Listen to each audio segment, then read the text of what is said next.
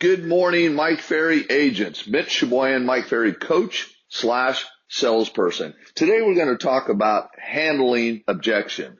An objection is a question in the mind of a customer that remains unanswered. So answer the questions. But really remember this point. An objection may not be an objection. What do we mean by that? Well, sometimes they're just making comments. So really understand if it is an objection.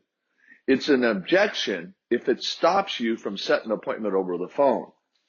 It is an objection if it stops you from getting a contract signed. So remember, if they give you an objection, keep moving, keep closing until they stop you. Now, a condition is different. A condition is you can't do anything about it. For example, you go for a listing presentation and the husband's not there, you can't get the contract signed. So that's a condition. You can't do anything about that. And obviously you'll find that out if you pre-qualify 100% of the time and ask 100% of the questions. But know the difference between an objection and a condition. But remember, make sure it really is an objection. Okay? So there's a direct correlation between the amount of objections we get and we receive through the strength and quality of our presentation.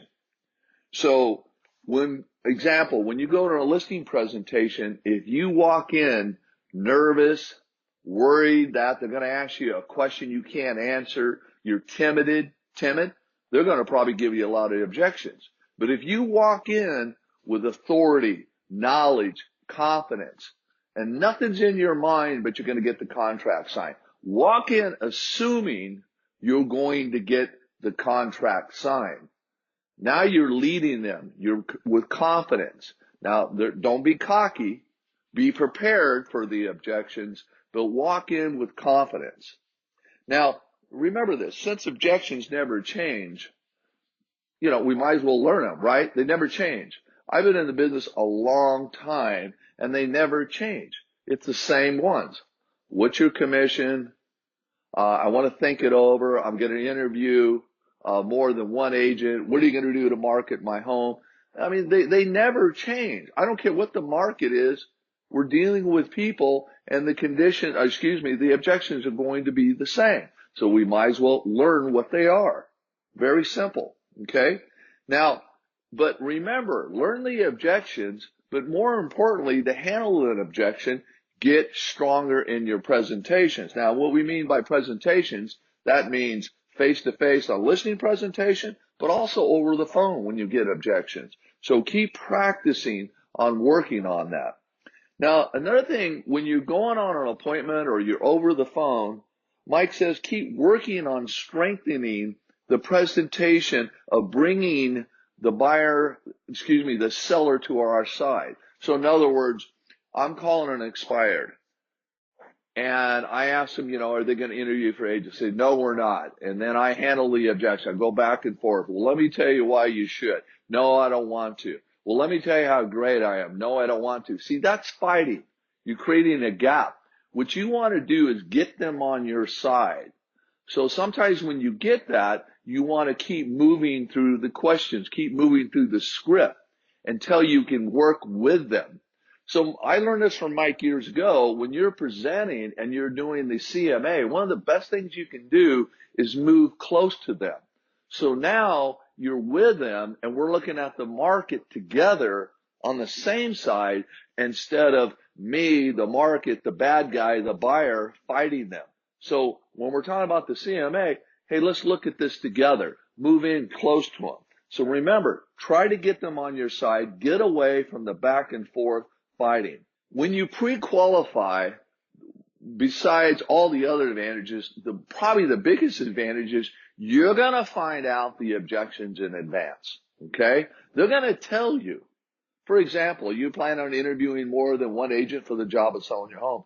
Yes, we are. Now, remember, Mike says go deep into the questions. That's okay to ask another question on top of the question. So if they say, yeah, we are, instead of saying, well, who are you interviewing? What time of day are you going to do it? What day, etc.? See, that's about the agent, me. Why don't you ask what's important to you on selecting the right agent? And then they're going to tell you in advance what their concerns are. So when you walk in, you know what their objections are in advance. They may say, well, we want the agent's going to give us the best price and the best deal. What's your commission? They'll ask you that. Never answer the objection over the phone. Say, that's a great question, and that's one of the first things we're going to bring up when I meet with you, and move to the next question. So don't answer the objections over the phone.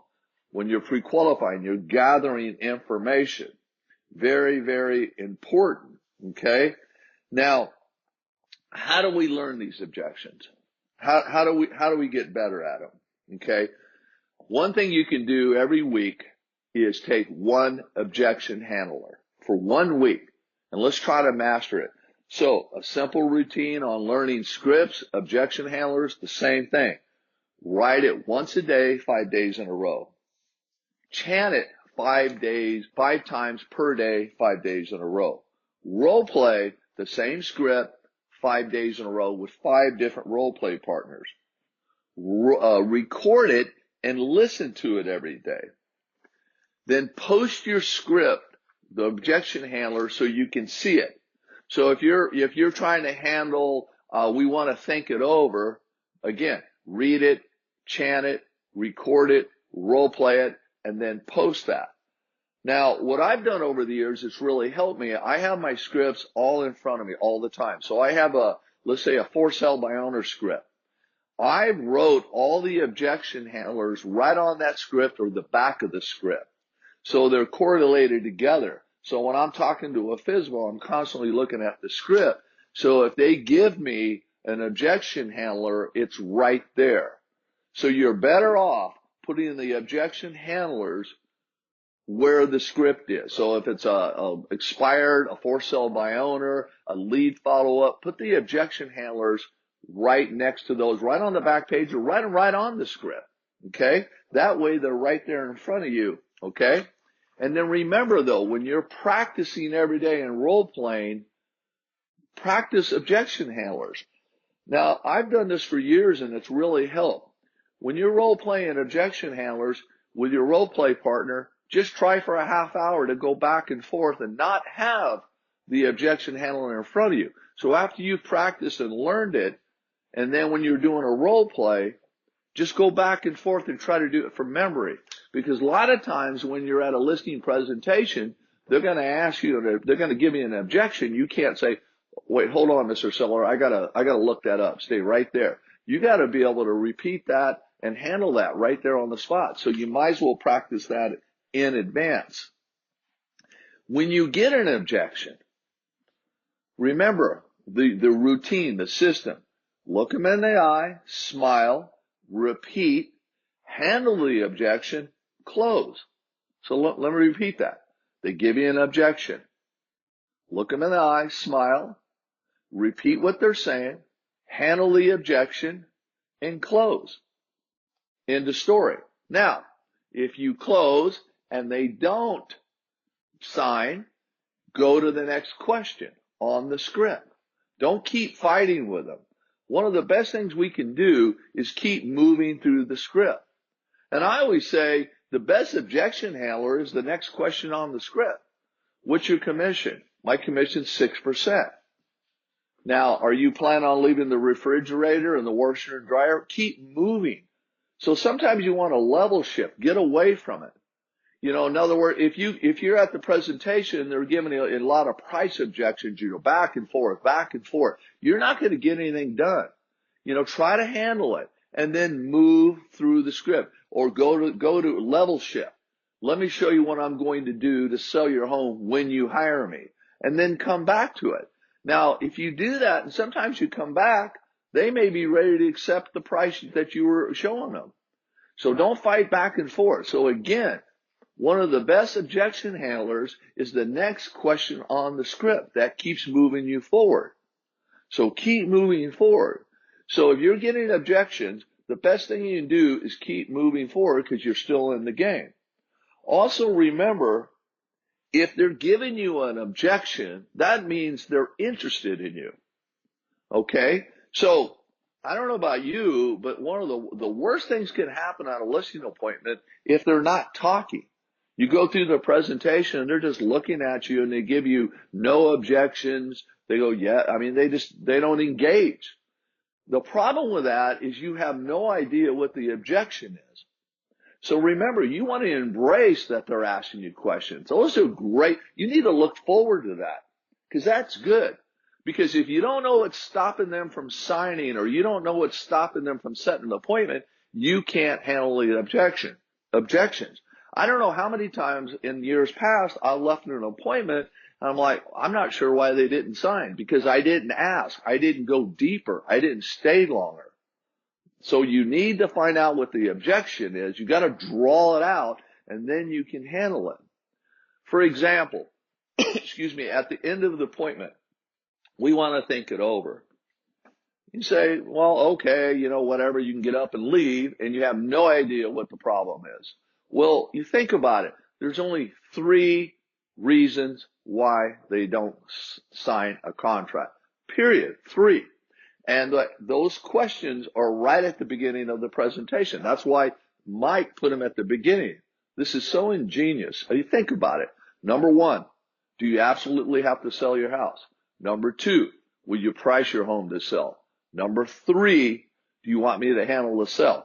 Now, at the end, if they don't sign, one of the 3 is not answered in their mind. So in other words, they may not have decided 100% they're going to sell. They may not like the price. They may not like you, me.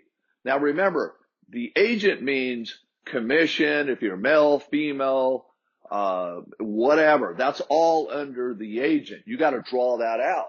So one of the best things at the end of the presentation you can say is, you know, Mr. or Mrs. Seller, there's usually 3 reasons why a seller doesn't go forward. You need to think it over. Let me ask you, do you definitely want to sell? Have you made that your mind up? Well, yeah, we want to sell. Well, how did you feel about the price I gave you that the market's showing at $560,000? Yeah, that's good. Well, do you feel comfortable and confident that I can get your home sold? Well, we're uncomfortable about the commission. Now, see, now I know what the commission is, and I can handle that. So remember, at the end, you got to discover one of the 3 stopping them. That's it. There's nothing else. And if you can find out what it is, then you're in the game. Now you can find out and you increasing your odds of getting that contract signed. So remember, a couple things here. When you walk in, be confident, be knowledgeable, know the product, know the stats, be prepared. And if you come in leading them, there's a better chance they may not ask you an objection. Okay? Also, I don't know how many times over the phone they'll ask you what the commission is, how long is your agreement, what's your marketing plan. But when you walk in, they never ask again. Because sometimes it's just conversation. Sometimes people, they just know automatically. They don't know what else to ask. Hey, what's your commission? How long is your agreement? They're just asking. That's all. So again, don't make it an objection until it really becomes one. So what you don't want to do is if they ask you what the commission is on the pre-qual, you do not want to walk in and the first thing, now, I want to bring up my commission. Don't bring it up until they make it a deal. Make it a big deal. Okay, keep moving through it. They just may have brought that up. So I want to keep emphasizing, do not make a big deal about the objection until they do. And again, till they stop you, it's not an objection. Keep moving through your presentation. Keep moving through on the phone and setting appointments. Let them stop you. Don't stop and say, hey, I want to explain. Move through things, okay? So when they're asking the objections, that's good. So remember the few rules that Mike says on handling objections. Number 1, never argue. Always agree, okay? Keep moving through. Smile. Nod your head a lot. Listen carefully to the answers. Write it down. Look them in the eye. Write it down. Repeat. I just want to clarify what you're saying. Be clear with it. Answer the objection if necessary. If not, keep moving through. I hope this helped you today. Looking forward to seeing you. Have a great day. Thanks.